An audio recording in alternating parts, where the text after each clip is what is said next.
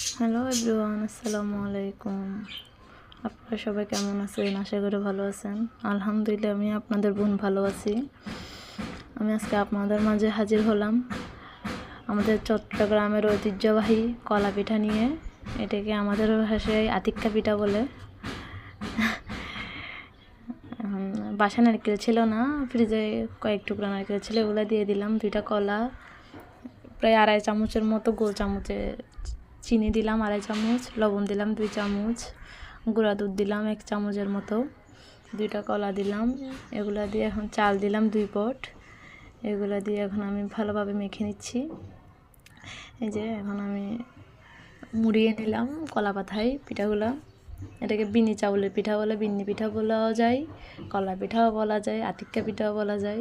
এক একজন এক এক নামে বলে আর কি। এই পিঠাকে এক একজনের কাছে এক একভাবে পরিচিত। এই যে আমি এখন একে একে সব পিঠা রেডি করে নিলাম আস্তে আস্তে।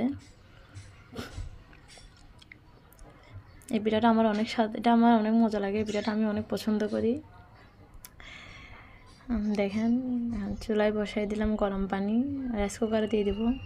রাইস কুকারের স্টোমারটার মধ্যে আমি বসাই দিলাম। এই ঝাঁকনিটার মধ্যে দিলে সুবিধা লাগে আমার সবচাইতে বেশি।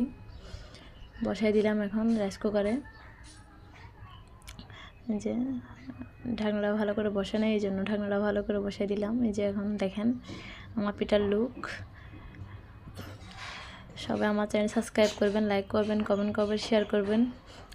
আমার চ্যানেলটিকে সাবস্ক্রাইব করে দিবেন, আমার পাশে থাকবেন, পাশে বেল আইকনটি বাজিয়ে দিবেন। আসসালামু আলাইকুম ওয়া রাহমাতুল্লাহি ওয়া বারাকাতুহু।